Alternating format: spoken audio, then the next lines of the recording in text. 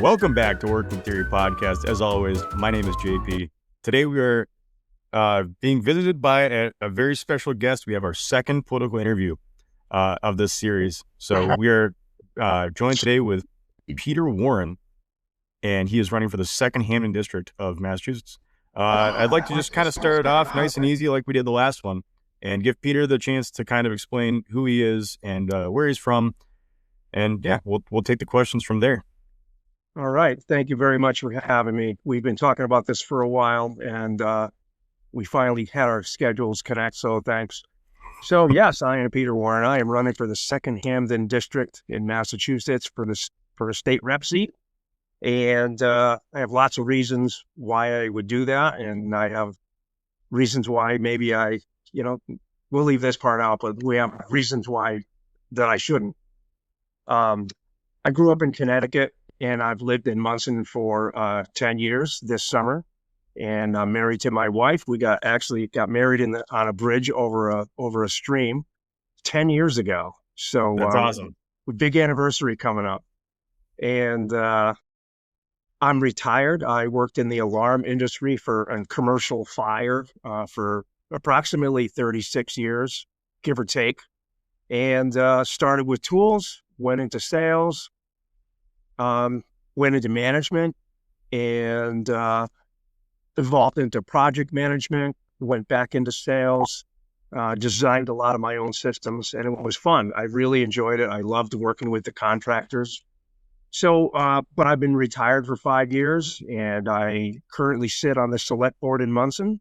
I have served on finance. I have served on Summerfest, Memorial Hall Renovation Committee, at the local food pantry, and let's see what else. There's a couple others. I was an election worker, which is an awesome job. If you're ever in the need to meet more people, quality people, become an election worker. Your town needs you. So that's a awesome. little bit of the background. Yeah.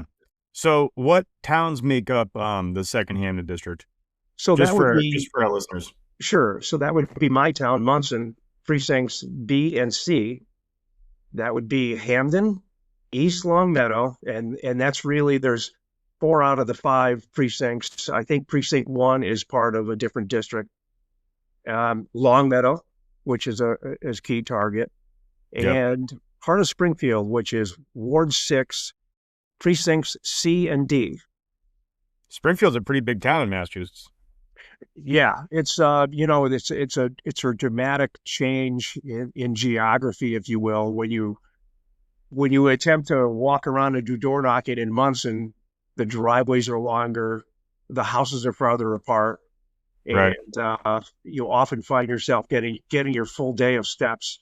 Whereas if you go into a Springfield neighborhood over near Ward 6 is over near Forest Park, and you have a lot of multifamily houses, generational changes, and they're very close together. I mean, you could talk to the neighbor in the next house when you're still on the porch of the one you're at, Right. So, so you have everything from farms to high density housing.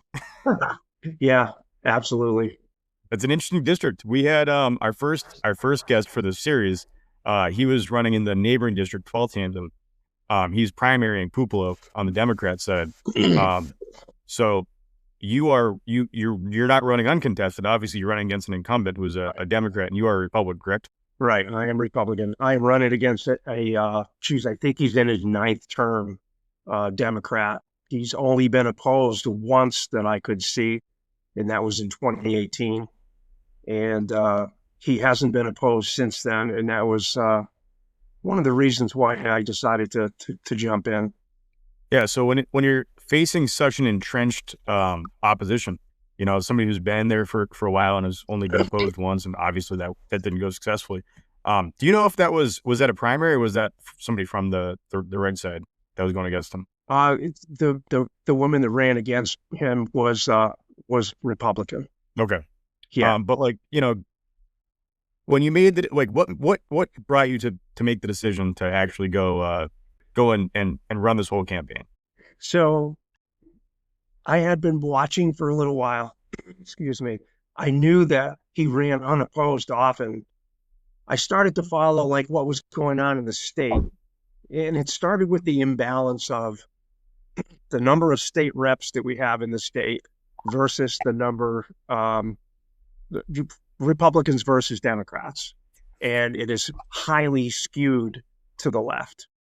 So that's fine. It's the same thing in the Senate. So you have I think there's 40 senators, and there's only 5 that are Republican. So I viewed that as a problem. I started to look at the voting records. Of course, when you see laws that come at you that you disagree with, or how things just almost seem like they're automatic, not going your way. And I'm like, okay. So I started studying who I would potentially run against, and it was the guy in the seat now, of course. And I just started to really look at his voting record, and I'm like, well, holy cow, it just seems like I would vote this way. He voted the opposite. I would vote this way on this other topic. He voted the opposite. And it just seemed like there was this distinct pattern of, well, that's not how I would have built it. Right. So I decided that I would give up some of the things that I've worked on voluntarily here in town, give up some of that and take a look at this. And there's a lot on my plate, between running, between actually getting this job and still doing the things that I am doing in Monson. I'm able to do that because of my bandwidth. I feel comfortable, always under pressure in my career, and I know it's something that I can handle. Awesome. So with all that being said, I mean, every district is going to have their own issues. Our previous, the first person that we had interviewed, one of his big things was affordability, and him being a neighboring district to you. I'm assuming that you guys are probably facing kind of the same thing, and you're looking, what are, long story short, the big question is, what are the most pressing issues that you face in the second Hampden district? So I'll go with not only with what I think, but I'm going to go with what people are telling me. And it's kind of funny. Some people, you go to their door and they don't really know what the issues are. That's okay. I jumped into politics, and it's a high level of what I think about daily. Right. But the things I think are wrong is obviously affordability, and I'm living that as you are. But that's what people are also telling me too, and they're telling me that their electric bills are too high. They're telling me that their taxes are too high, and there's a pattern of how many people have told me just those two things. I'm also getting a lot of, and it kind of dovetails, a lot of people telling me that the roads here are horrible. And, I thought it was me. But so many people have told me that. And I thought it was me realizing that, geez, I'm driving to Longmeadow. I'm driving to East Longmeadow. I'm driving to Springfield. And these roads are horrible. I think that's a Massachusetts thing. I'll tell you what, I was on a first date one time, and we were driving all the way down to Pennsylvania for a first date for a huge concert. And it was her first time ever going to Pennsylvania. And the second that we got out of Massachusetts, New England, really, she was like, "Oh my God, the roads are so smooth." Wow.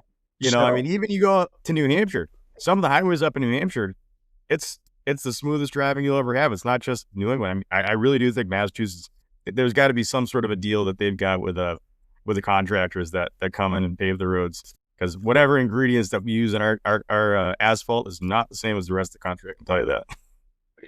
Who knows? I hope it isn't that, because otherwise we're really just getting screwed in a whole nother way that we didn't really know about. Right. So no. Yeah. So when it comes to affordability, which is obviously, one of the most important things for people, I know that Massachusetts is kind of going through it. I just had to tell a grid not to put a smart meter on my house. So I opted out of it. I don't know if you could speak a little bit more on the whole energy affordability, because we have all these offshore, wind farms that the governor keeps talking about. And you probably know a lot more than I do about all of this stuff. So I'm going to let you take the stage for this one. So I'll start with the actual electric bill, and the gas bills have a similar situation. And I did a video of my own, and I went through my electric bill. I actually printed one out, and I meant to bring that with me for this meeting today, and I didn't. So I think the bill was probably around $168.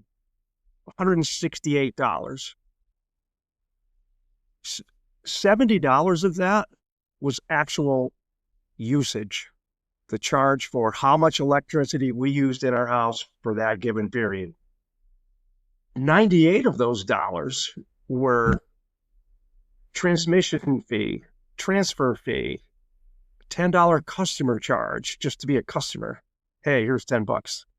Right. Solar charge, car charger charge. I mean, it just went on and on and on. So 2/3 of my electric bill wasn't even really for me. The thing that gets me, and I haven't heard anybody talking about it. And you talked about the wind farms and the solar arrays. So we're actually, through those fees, we are paying for solar panels, and we're paying for the windmills. So we're putting money towards that. And it was under the guise of cheaper electricity. Apparently that hasn't happened yet, not for me. And what's happening is, I feel like you're funding a project for a contractor who's then going to put these systems online and make money and sell it back to National Grid. And that's kind of my biggest question when it comes to the energy sector. And once again, you're a lot more tied in than I am. So you might be able to answer these questions that I have. And if you can't, that's okay. But I think that everybody would like you to eventually get elected and get us these answers. But I think that it's like, how many solar farms are there in your area? I've been through there before. I'm familiar with Monson, and most of Western Mass. Even when you're on the pike driving through, you can see all the solar farms. Why is it that they can put these solar farms up and take all, they deforest entire areas, they pour concrete to the ground, they set up these solar arrays like you were saying, and then still energy prices are through the roof. So I try not to take sides on this podcast, but I can't agree with you on that. If we're gonna be destroying our land for something that, as far as I know, solar is something like 20% efficient, we should at least be giving something back to the people. Right. And the thing that scares me is, and again, nobody's talking about it. So at some point in time, these panels are going to be rendered useless, and they're going to become scrap. So, and I've been meaning to go to my recycling center and say, hey, just give them an example. I have some solar panels that are no good, or they're cracked, or they were damaged with something in the weather. Hail or anything. How much is it going to cost me to return those? Even if they'll take them for a fee, and I think it's going to be expensive because those are quite toxic. They're not recyclable, for number one. Yeah. And then I'm going to be responsible for those things if I had them on my roof. And also, with a solar field, like if you have somebody that put one in next to a highway, because I see those, I think it's on the Mass Pike. Do they spray to kill all the growth underneath those? Because otherwise, they're going to have to go there, and they're going to have to keep that at bay so they don't block the panels. I'll tell you what, in high school, I was a landscaper, and they're probably going to need to hire a lot of weed whackers to go under the panels. But I'm less worried about that. I'm more worried about the leaching. Obviously in this series, we're trying to stick mostly to the interview, so I don't want to get too straight off that. But in my personal opinion, what going back to what you said, solar panels are made of essentially very, volatile material. And so when raindrops fall on them, is there any leaching? And I mean, obviously this isn't a question for you. This is more just like a hypothetical. Yeah. Is it kind of poisoning the ground that they're on? I mean, we're already taking so much greenery and wildlife habitats away in our already small state and highly densely populated state. Is that going to have long-term environmental effects? I mean, that's stuff that people need to think about. And once again, for something that's, from what I've heard, is 20% efficient, and after at most 20 years, they're considered toxic waste. I mean, right. Why not go back to nuclear energy? I mean, would you be opposed if you were to get elected? Would you be opposed to potentially supporting us bringing nuclear energy back to the Commonwealth? I would be in favor of that. I am particularly interested in the small scale nuclear, where you have a unit for your home or you have a unit for your town. I think that would be a good choice. I also think fuel cells, which I believe run on hydrogen, would also be a good choice. And what I like about those is, and they're not really mainstream yet, and frankly, neither is the smaller unit for nuclear, but hydrogen only puts out water. Nothing wrong with that. Well, and I love the hydrogen technology. I've been following that for a long time, personally, especially because they had I want to say it was Hyundai. They built a boat that sailed around the world, and its an entire fuel source was hydrogen. And so what they did was they had some small solar arrays and some wind turbines on the vessel, and that generated the extractor, if you will, where they just took seawater and they extracted the hydrogen out of the H2O, because H2O is hydrogen and oxygen. Right. And their only exhaust was clean air. I mean, it blows my mind why we're not already trying to make, fueling stations and building cars that run on hydrogen. Because a hydrogen fuel cell, even when they shot one with a 50 caliber bullet, and all that it did was return to atmospheric pressure. Oh, no kidding. Yep. So you have safety. You have, hydrogen, I believe, is the second most common particle in at least in our galaxy, next to carbon. Yeah. Good stuff. I didn't know that. Yeah. I mean, there's been this, and this research has been going on for over a decade now. Yeah. We need to get kind of sway away from the fossil fuel stuff, not only because it's getting obviously more expensive and to help the environment, which I know there's a huge misconception that the left has to the right, where they think that the right thinks that, the environment doesn't mean anything, which I can tell you what, growing up around a lot of hunters and getting into hunting a little bit myself, I'm not an avid hunter by any means, but I'll tell you what, some of the most environmentally conscious people that I've met are hunters, because they're the ones that are paying all the fees that go towards, sustainability. And, right. There's a lot to that. And Monson's a pretty big hunting town, isn't it? Oh, yeah, very. I don't proclaim to know these guys. I'm sure I've met them, but I don't know that they're hunters. But I have a handful of friends who I know are. And yeah, also, I've never been a hunter, so, but I appreciate what they do, and I'm glad they're out there having fun. Yeah, I mean, even paying for a fishing license, which that's another tangent that I can go on. I think that paying for a hunting license is silly. A fishing license is silly. I think that if you have a line and a string and you got to eat, you should probably be able to eat. But yeah, all of every penny that you spend for that stuff goes right back into sustainability. Can I make another comment about the the plan to go solar and the plan to go wind and nuclear, whatever it might be in the future?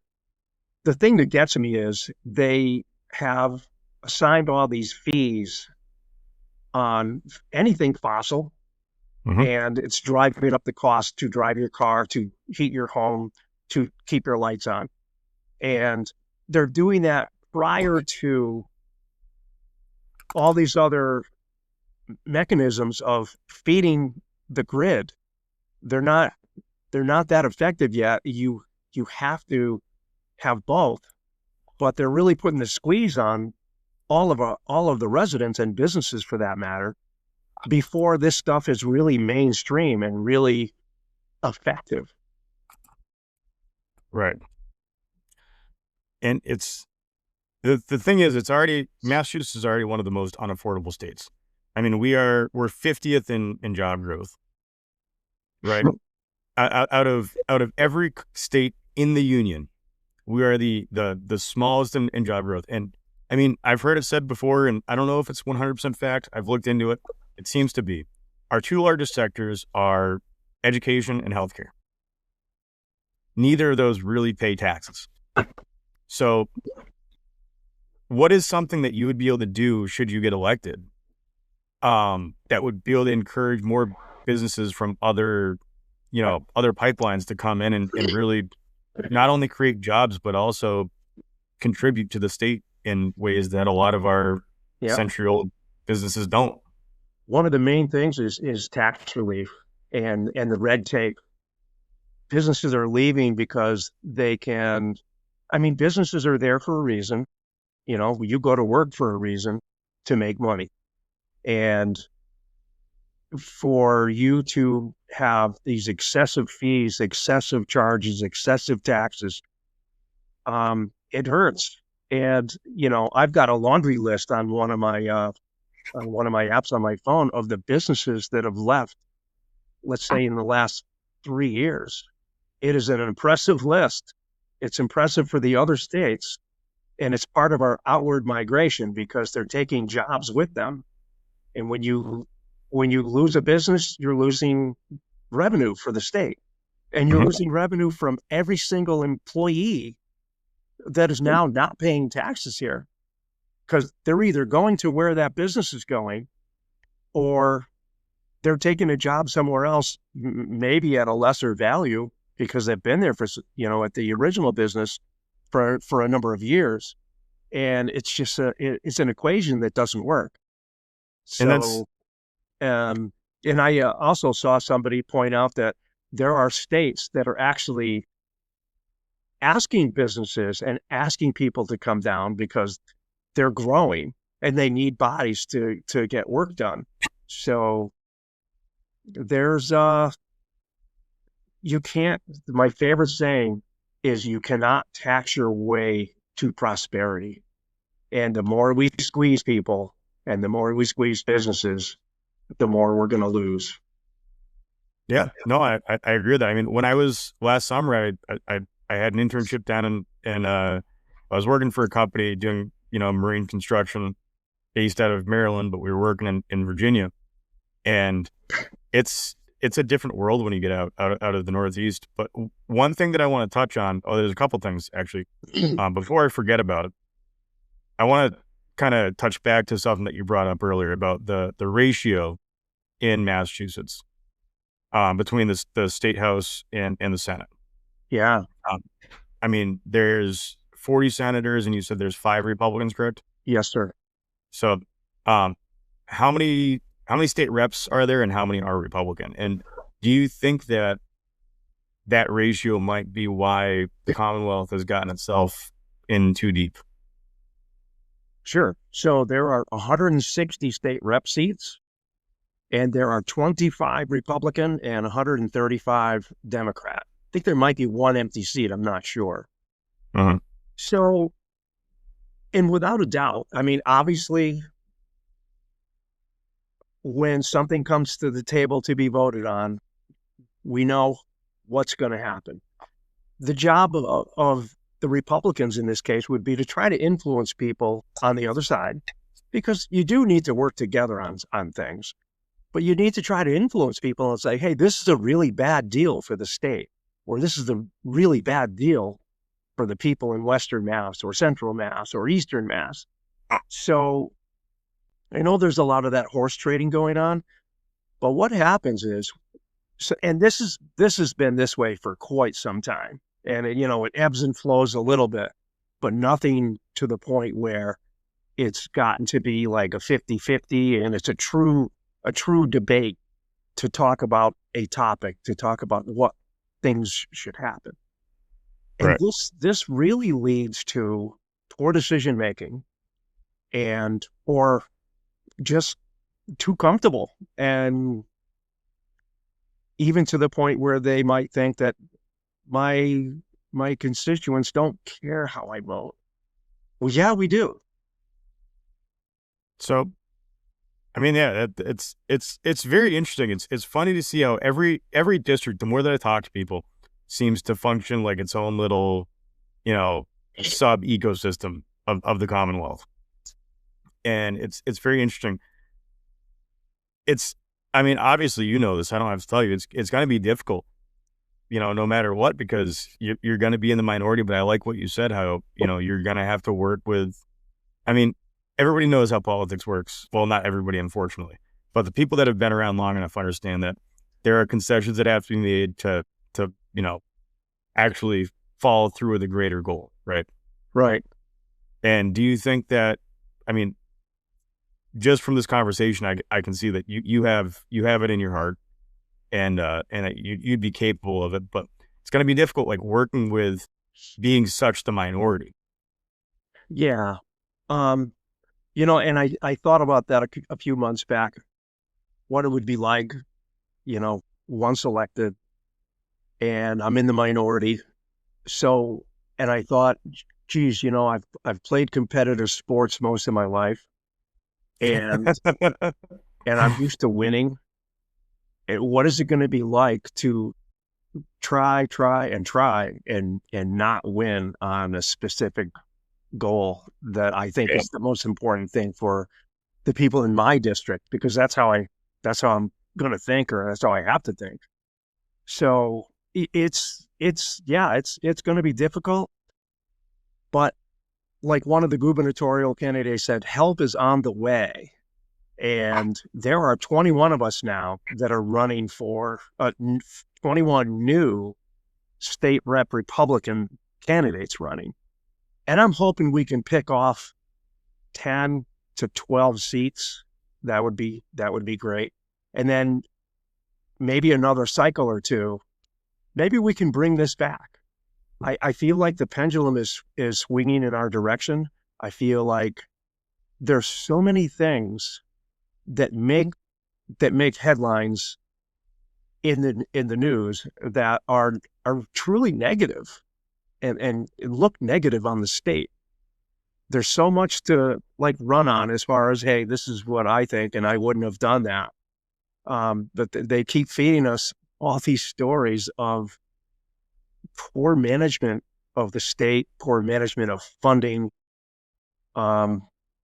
just gross neglect. Well, I mean, bad news sells. I think that's something that the American people have learned since COVID, and potentially a little bit before COVID, right? Yeah. I mean, bad news sells. If you get a title that says the world's ending tomorrow, more people are going to click on it than says, hey, little Susie woke up and smelled the roses for the first time in her life. Yeah. Somebody sent me a document. They knew I was running, and they said, hey, would you sign off on this bill? And it was a laundry list of the things that they had done during COVID, where you always had to wear a mask. If you wanted to keep your job with the state, you had to get vaccinated. And it went on and on and on. And it brought back a lot of bad memories. And I got back to her and I said, I would absolutely sponsor this bill. I mean, it was interesting. You and I were both at an event with, there were a bunch of candidates out in Central Mass that were going up to speak. You spoke at it, which I thought that you did very well. And it was funny. One of the gubernatorial candidates was asked a question on vaccines, and it's incredibly funny to see how split people still are on vaccine stuff. And I think he answered it pretty well. I mean, he's not necessarily the guy that I'm going for 100% out of the gate. I've kind of got my mind made up already, but still open to change. But it's funny just to see how even coming out of COVID and all that, how we're still hammering everybody about that kind of stuff. Everybody's so entrenched in what they Yeah. believe. I I think I think part of it is we just never want to relive anything like that again. No, I agree. I mean, I'm a huge history buff. I mean, part of this whole podcast is history. And, you look back to the Spanish flu, 1916, it was, we were 4 years off from making it almost a perfect century from the last pandemic, Yeah. and, the validity of this pandemic might be challenged more than the validity of the Spanish flu, but that's not something we're going to get into in the interview part of You're things. dating yourself. I'd love to have you back on maybe for another episode with the boys, but for what we're doing here, I want to keep it kind of back to action. So what are some of the ballot issues this year, and how do you feel about them? I mean, if you had to pick one or two just to kind of bring up and educate the viewers on, and give your opinion.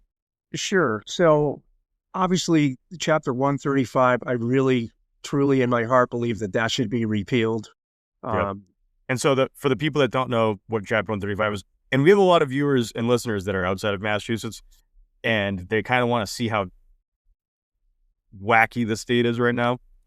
135 is a great point or a great position for you to kind of explain and then tell them how you feel about it. Sure. So when that first came out, and really, so what happened was they started to write this bill, and we did a signature petition drive I think it was to repeal it immediately. And if you hit a certain plateau, done. When the current governor, found out that we were that close of getting it, we weren't even close. We were over. When she found out, she did an emergency preamble and just stamped that this is done, which pushed it back to the ballot that's coming up this November. So now it's going to be on the ballot, and I can't wait to see how they try to skirt that, just like they're skirting the audit. And yeah, so 135, and I don't know all the details about it, but 135 basically made many of us felons if we carried our pistols. And they came up with a laundry list. Alongside of that, they came up with a laundry list of all these guns are now illegal to have in Massachusetts. They already had a pretty strict list, and it just got tighter. I'm hearing that they're looking at even tightening that up even more. Yeah. So, I mean, as a former police officer in the Commonwealth, I can tell you that even the gun that I carried for my duty weapon, if I was not a police officer, I would not have been legally allowed to own it. Yeah. I mean, there was even part of it originally was if you were a police officer and you were off duty, you couldn't carry. You would have to go home. Yep. It's incredible. I mean, obviously I have a lot of friends that are still on the job. It's the shrinking by day because, I think my academy graduated probably 68 full-time police officers or police officers in general. I'd be willing to say there's probably 20 or 30 maybe that are still on the job, and I graduated the academy in 2019. Wow. You know what I mean? Or 2020. Yeah, it was Group C 2019. So long story short, the job is, especially in the state, since we switched to post standard, there were a lot of guys that got knocked out, for better or for worse. But it's just, they're making it so hard. And when it comes to firearms in the state, where do we draw the line? There's already only a list of guns that you can buy in the state. And they've already pretty much followed through the AR ban. You can only buy a semi-automatic rifle if it has it has to meet these certain criteria. And it's silly because at the end of the day, in my opinion, the people that commit crimes with firearms, they're typically not law-abiding citizens, right?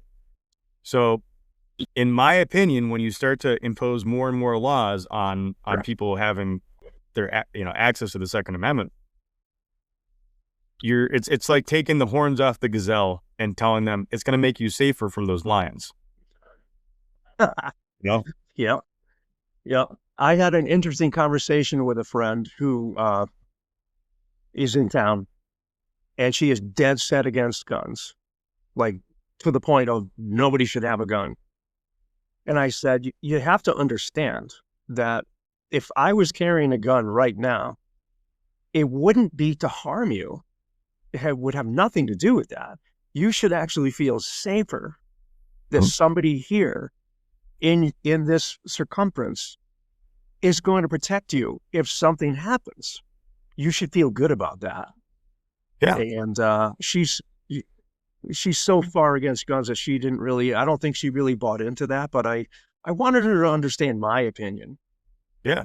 Well, I mean, not nobody, but some of these people, they don't want anybody to have a gun until there's a bad guy with a gun, and they want and then they're looking for a good guy with a gun, but then there's no good guy with a gun because guess what? The good guys are the ones that follow the laws.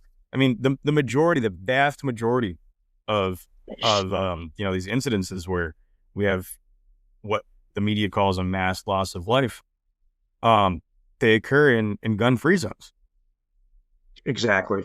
And so guess what? In gun-free zones, guys like me or you or the next guy, we're law-abiding citizens, so we abide by the laws. But guess what? The criminals who are already there to do something terrible, yeah, yeah, they don't care about that rule. Yes, sir. So aside from all of that stuff, what are some of the big issues that you see in the Commonwealth? And like, I mean, obviously you're going to be going in with the minority. Hopefully it's not a small minority after this election season for you. What are some things, let's dream a little bit. What are some dream legislation that you'd like to propose? Say you get in, you make it to committee, and you can actually start to propose some really cool stuff.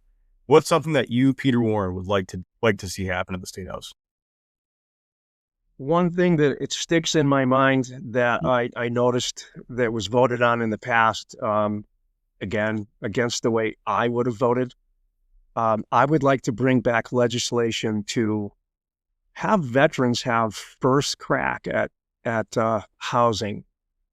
And, that was voted against back in, a few years ago. My opponent voted against that. And I think that's just a disaster. I can't think of a good reason why you would put a veteran in the back of the line, especially in light of how we're doing things here with somebody that doesn't pay taxes here, hasn't served their country, and just got here. Right. What about the guy that risked his life for the lifestyle that we have today? It just doesn't make any sense. No, I mean, we don't do enough for the vets as is. This state is very, as far as state politics go, they're not very friendly towards our veterans all the time. And so I'm happy that you brought that up. Yeah. And that's a crime. We spend, I think it's between $40,000 and $60,000 per year on housing inmates. Your county, because you're in Hampden County, correct? Yes. So Hampden County, I do believe, is probably the best in the Commonwealth as far as have the lowest recidivism rate, which is the rate that people reoffend and get rearrested. But I mean, we're spending $40,000 to $60,000 per year, or something like that. Don't quote me, but if somebody can correct me in the comments below, please do. But we spend all that money on people that commit crimes and that harm our fellow citizens, and we spend a fraction of that on our veterans. Yeah. Amazing, isn't it? It's a travesty. Yep. So moving forward, what does a state rep do? Like what is the day-to-day sort of, what would you expect? Say November, November comes along, you get elected, you beat out the incumbent. What would you like? Because I think that a lot of people, especially when it comes to state politics, they don't really know what your job is, Right. So, and I'm sure there's a bunch of things about that job that I don't know yet either. But what we would do, we would be voting on policy. We would be persuading, of course, back to that again. Right. Um, and really the most important thing to me that I can think of right now is just the words state representative. If I'm your state representative, then I need to be in front of you and in front of people and find out, what are the pressing issues? Those are the most important things because again, at the end of the day, it's not what I think. I need to bring to Boston what my residents think. That's the most important thing. So, and that's what we would bring that forward. And to me, one of the most important things is I need to find a way to get more money back to the towns because for some strange reason, if you look at a map, we're on the other side of 495. And I don't think the people in Boston really care about as much about what happens over here. So if we have strong voices over here in Boston to bring our message that, hey, listen, the towns in the rural areas are really suffering. And, why are all of us talking about a Prop 2.5 override? Or why are we talking about, losing headcount or cutting services? Because that is a real conversation. We are actually having that right now. And I've attended what we call a tri-board. So it's the select board, the finance committee, and the school committee. We all get together and talk about the budget. And it's a shame that it seems like it's getting worse every year. And I know for a fact that the monies that the towns give us, and this goes back to the road conversation we have, the quality of the roads. The money that the towns are getting is not keeping up with inflation. Yeah. And it's not inflation, hey, it's this administration's fault, it's that administration's fault. It's the inflation of contractual obligations, pension obligations, healthcare insurance obligations. So that is all additive, and those are all really a big piece of it. But there's really nothing we can do to control that. Once somebody's Sure. in that position, as far as like you say for pensions or to retain good employees, that's it's expensive, and we I shop mean, it hard where we can. it's getting to be near impossible. I mean, this state in general. I mean, I think that after a conversation already, it's become pretty evident that Massachusetts has a lot of work that we have to do. I mean, even Yeah. from my graduating class, a lot of my classmates have moved out of state. I Yeah. know a lot of people in my generation that are doing the same things that, Cape Cod potato chips, Smith and Wesson, all these massive companies are leaving. So are the people and the younger workforce. And so my concern for the Commonwealth is what happens when it implodes. I mean, I have plans of leaving the state within the next few years. Yeah. Can I read you a couple of more businesses? Please. Yeah, go for it. I just popped this open. Yeah, let's hear it. I am curious, and I think that the listeners will want to hear it. Oh, this is good. Takata just announced they're going to cut 247 jobs. Panera Bread, which was in March, cut 92 jobs. A company called Curia. I don't have any data on that one. Smithfield cut 190 jobs. Cape I used Cod to wash Chips my that you dog there. just mentioned. Thermo Fisher cut 100 jobs a couple of years ago. Zipcar, 100 jobs. AYR Wellness, 2024, they closed. They closed their Mass location, 157 jobs. So, and I've got a few more on here. Garlock Flexibles is another one up in Gardner. September this year, they're going to lose 100 jobs. That's a lot of revenue.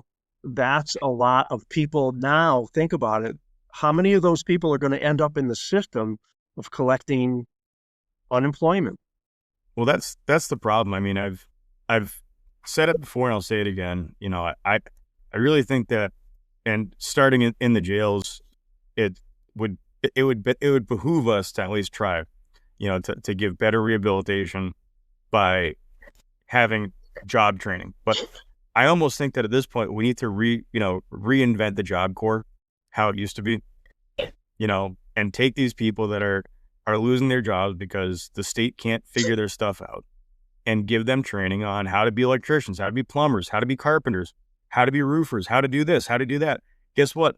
Like we were just talking about, there's a lot of potholes that need to be filled. It doesn't take a lot of training to drive a truck with a little hot box on the back and shovel out some hot asphalt and then, tamp it over. Sure. Yeah. And these are all things that are going to benefit society. And guess what? If we're going to be paying them regardless, I'd rather be paying them to improve the state than to sit at home and fall into the cycle of depression. And I don't mean sit at home in a bad way, but think about the mental, the whole mental thing that happens. I mean, if you're a man and you have a purpose and then all of a sudden you lose your purpose, it doesn't matter if you have a wife and kids. It's probably worse if you have a wife and kids, but you can start to spiral, and it's like, oh, well, the one thing that I had is gone now. Yeah. And I don't blame them. I mean, I used to go to these crisis intervention calls all the time. It's a guy that was recently unemployed, feels like he lost his purpose in life, and it spirals. It goes a really bad way. And we owe it to our people. I feel for anybody that's in that position, especially if, they were just getting by, which a lot of people today are. And, that's a tough one. And you mentioned mental health. That would just be additive to the crisis really that we're facing today. More and more people are going down that road of, the mental health issues, but to add this many more, and that's just the ones that I just happen to find. Right. It's a travesty. I mean, yeah. Actually, well, Monson, right? Didn't you guys you were known for one of the largest insane asylums, right? Or the school? It wasn't. No, it wasn't. Way back. Obviously not under your administration. So no, that facility was for people that were mentally delayed. Yeah. But yeah, and there used to be, there was I think the population was 1,800, and then the number of employees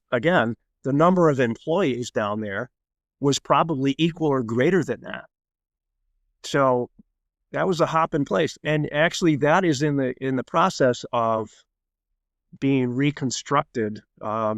Unfortunately, the state let those buildings rot. It's really unfortunate because there's some really cool looking buildings up there.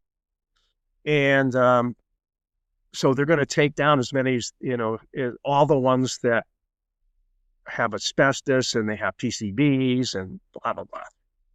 And it's unfortunate they're mostly rotted. But I'm excited about that project. It's going to town meeting for approval on zoning just for that 108 acres. And we're getting, overall, the end product is we're getting about 600 acres from the state. Okay. 330-ish are going to be fish and game, which is going to be really nice. So that would be on the west side of, I think, State Street. So that'll be really nice. And if we can develop properly down there, a lot of people want to keep spreading the rumor that it's going to be all low income housing. Is not the case. If you talk to the builder, he'll tell you, it's like, that's not even on my radar. So, but it's going to be mixed use. So there's going to be some commercial, there's going to be some housing. Where I think he's going to be talking to Tunnels to Towers, which will be great. Really? Yeah. I'm really hoping that we can get a facility of that ilk. That would be fantastic. That would be awesome. I'm excited about that location. Yeah. The community that I used to police, we had a big mill building, and there was a chance for us to put a veterans village in there. Unfortunately, didn't pass the whole town approval process. but it would have been an amazing spot. We probably could have housed 400 to 600, you know, disabled veterans, and it would have been awesome. But Yeah. unfortunately, it doesn't always work out the way that we want it, right? No, it doesn't. And I'm really hoping that, the residents of Monson see the light for this location, Mhm. because they could stamp it out.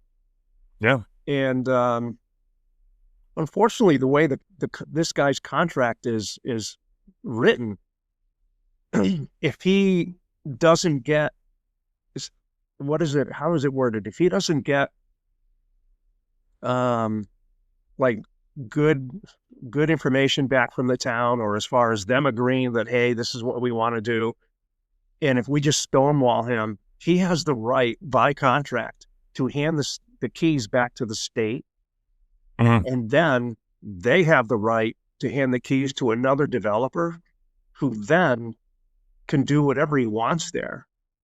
Right. So, to me, we need to pick the lesser of two evils, and we need to make sure that we're going to build revenue generating buildings, whether they're commercial or houses. Because if we build things that are not revenue generating, such as some low income stuff, then what? Right. Well, I think it's cool because, I mean, you're tied to your town of Monson, um, to try to get the best, best case scenario to happen. But you're also running for that seat that's gonna be the representative for Munson. So it's like Yeah. it almost makes sense. It's like, obviously you're tied in and you want what's best for not only your town but for your district. And I think that's really cool. That's something very commendable. Yeah. I mean, why would anyone not want that? Exactly. I mean, we're all in this together, and this is something that I always say. Like I said, I try to stay pretty bipartisan on this podcast. I don't really try to inject my own opinions and stuff into it. But I think the one thing that I've learned the most, I mean, not only from these just the two interviews that we've done at this point, including you, I think that the right and the left both kind of want the same thing. It's just we have different ways of getting from point A to point B. You Yeah. know, Um, I think my opinion is that the left would write more taxes to get to the same result. I'm looking to change that. Um, Obviously, I don't want more taxes, and I've got a couple of taxes I want to talk about that they are in the works. I So, want to hear. I want to hear about them. Let's talk about those right now. all right. So this is what's in these are in the planning stages. These are kind of fun. Freedom to Move Act. I don't know if you've heard of that. You may have heard me talking about it. So the Freedom to Move Act is yeah, I mean, it sounds nice, right? But the Freedom to Move Act is they're going to track your mileage on each of your cars. And at some point in time, I can guarantee you that is going to turn into a tax, especially if it's a gasoline car. So I would be completely opposed to that. Municipal Empowerment Act, and here we go with the towns. We already know we've discussed that the towns are getting shorted on the money they get from the state, rural aid in our case. Municipal Empowerment Act would give towns the ability to raise taxes on excise on your car by 3 times, meals tax, which would now we would have the ability to exceed what the state limits us to. And the third one is what's the third? Oh, hotel tax. I can never remember that one because, well, I don't have any hotels in my town. So I would be for that. But if you think about that, so if you're going to charge people more money on their cars, you're going to bankrupt somebody, right? You're going to put somebody just like, that's it. I have to leave Massachusetts. But also the same thing with the meals tax. So, the limited number of restaurants that we have, and really other other towns can do this too. Now you're talking about charging more money for people to go out to dinner, and they may stop doing that if it just gets too ridiculous. But I Right. can't imagine having my excise taxes tripled, because Yeah. that would be the new cap. And so to me, this is Boston's way of saying, "Oh, we're not doing it to you, your town is." And that would help us get back on track with our own budget. But I would be a hard no if that comes to my desk when I'm at the select board. Hard no. I probably shouldn't even be talking about it. No, that's okay. As somebody that owns 3 vehicles Yep. that, and one of them is diesel. So we'll see. Oh, they're gonna love you. Yeah, we'll Here's see another one. how much more that the state can milk out of me. Here's the third one I have. The Clean Yeah. Energy Act. It sounds like it's going to do something really positive, doesn't it? Yeah. All it is a tax on heating oil and electricity. And anything that has to do with fossil fuel. So indirectly, it'll be a tax on your electric bill. It'll be a tax on your gasoline. It'll be a tax on your home heating oil and gas. If you have gas instead of oil, they'll put a tax on that. It's incredible. I was up at a friend's house in New Hampshire. We were staying at his aunt's house because she was out of town, and she came back to town the last day that we were up there, and she had her home heating oil refilled. Her tank was almost empty. Almost $6 a gallon. Wow. When was that? Recently? That was 2 weekends ago. 2 weekends. Wow. Yeah. I mean, it's insane. And the funny thing is, a lot of people don't realize home heating oil is just diesel. You know what I Yeah. mean? It's pretty much the same thing. Yeah. The affordability is just it's becoming the main that us in the Northeast, we always like to look at ourselves as the educated and the best healthcare and the best this and the best that. And I want to support that all day. But I'll tell you what, like I was saying earlier, the majority of people my age are looking to move out. There's a reason for it, and it's because we can't afford to live. I mean, what a starter home in Massachusetts right now is Yeah. $430,000 to purchase. What's 20% of that? Let's do the math, right? So if your average starter home is $430,000, So 20% is going to be around 80. yeah, $86,000. Okay, divide that by 15, which is the minimum wage. You have to work 5,733 hours that you save, not that you spend on living. So you have to work what? That's probably 6 years? Mm. And not that minimum wage should be a livable wage. Yeah. But unfortunately, I don't know if you've looked at the job market lately. It's pretty darn hard to get a good job. Even we have people that go, and this is something that we talked about actually recently at my house. There's the argument that this new generation, they want to graduate college and get hired making $100,000 a year, and they complain if they don't. And there is some truth to that. However, when college now costs you 30 to 60 to, in some cases, $100,000 a year, and you come out of college with a $400,000 debt, when you were told growing up that, it's an investment and you can make money off of going to college, and then you get out and you get hired somewhere making $30,000 a year, kind of a kick in, you know what I mean? It's tough. So that's why there's this huge disconnect between the generations. It's not because the younger generation thinks that they're entitled to anything. It's because they were forced to pay so much more and they're getting so much less. Yeah. That story, part of that story that you mentioned is so unfortunate that the institution is the one selling the idea that you're going to be able to be employable, you're going to make a lot of money, and this is an investment towards that. So too many stories of it not being true. And somebody should really be accountable for that. You lied to a kid, Yeah. and And now they're, call it, I don't know, 200,000-300,000 in debt. Hmm. Oh my God. I can't imagine. And the You know, best part is you can't declare bankruptcy for student loans.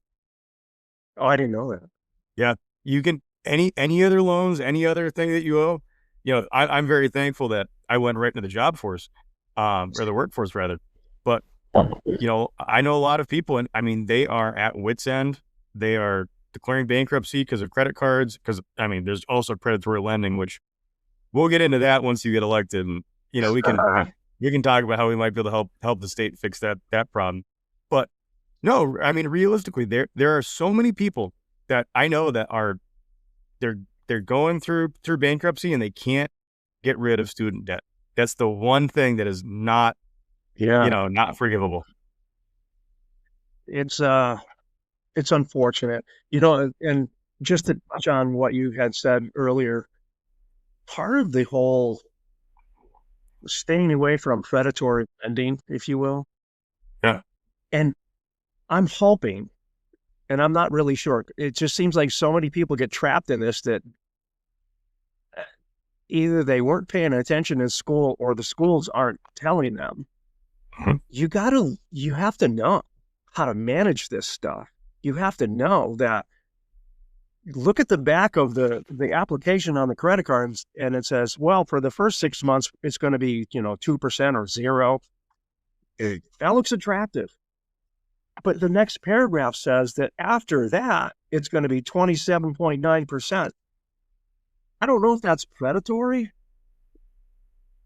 but people have to be aware Yeah. that this is what I'm in for. And then even on top of that, they make the minimum payment. I got a dog. I got a dog. You're good. No worries. I think Amazon's here. Oh, somebody's getting a ticket. But no, so I mean, long story short, it's very interesting how that there's I have to agree with some people when they say that we're in late stage capitalism. There's a difference between when capitalism was really just built for us to succeed as much as we can, and if you have a good idea, take it and run with it, make some money with it.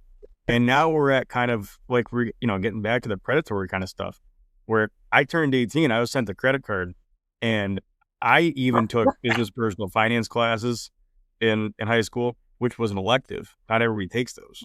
Yeah. I took all of these different, and I even didn't understand how it worked. I mean, it's incredible. Down, we're gonna get more on, and I wouldn't be surprised if we end up inviting you back on. I'm Okay. sure that a lot of people want to hear more of what you have to say, and I Yeah. just want to thank you on behalf of, I'm sure, your constituents, but people in the state. The same as our last guest. It's really important to have people that want to do the right thing. Put their name in Right. a hat and jump up there and say, hey, listen, I want to represent my people. And I think that it's cool that you said, earlier when we were talking about how being a state rep is and what the job entails, it entails representing everybody, whether you agree with them or disagree with them. Yeah. The goal, obviously I'm not going there for a job. I'm not going there for a paycheck. I can assure anyone of that. But something about trying to get things straightened out, being a public servant is appealing to me. When I was your age, I never thought I would be a volunteer. But then after I retired, I started doing it. Like this is very rewarding. And if you can help somebody with it, whatever they need, it's rewarding. And they're very thankful for that, but they have no idea how good it makes me feel. Yeah. And that's kind of cool. No, that's awesome, man. I'm super happy that I've gotten to meet you and starting to get to know you and everything like that.